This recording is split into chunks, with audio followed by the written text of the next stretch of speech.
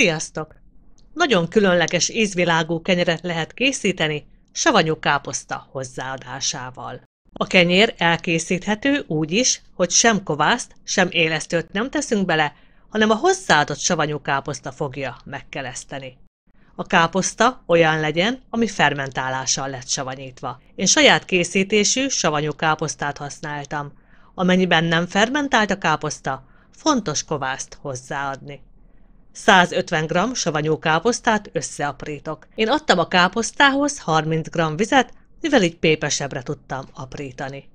A kenyérhez összesen 350 g vizet használok fel, amiből a keverőtálba öntök 320 g-ot, mivel a maradékot elhasználtam, mikor a savanyú káposztát összeaprítottam. A vízhez adok 500 g lisztet.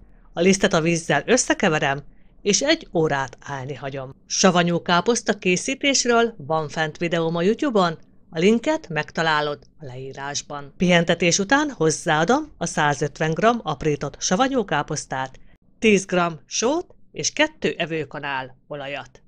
Én most nem adok kovászt a tésztához, emiatt a szokásosnál lassabban fog a kenyér megkelni.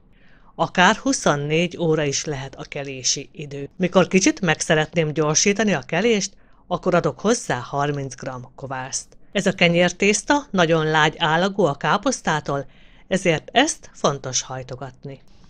Kevesebb vízzel készítve nem lenne ilyen lágy a tészta, viszont túl sűrű lenne a kenyér állaga, emiatt ajánlom ilyen mennyiségű víznek a használatát. A kenyértésztát hajtogasd a számodra kedvelt hajtogatási technikákkal.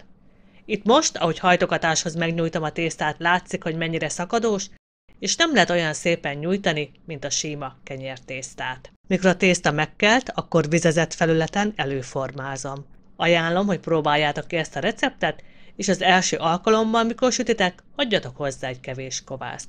A kenyérnek nagyon finom íze van. Az állaga sűrűbb, mint a hagyományos kovászos kenyérnek, de nem ragacsos. Kis pihentetés után a kenyértészta tetejét megszórom rizsliszttel, majd átfordítom és megformázom. Szakajtóba teszem, és körülbelül 1 órát pihentetem, majd előmelegített sütőben megsütöm. Öntött vasedényben szoktam megsütni.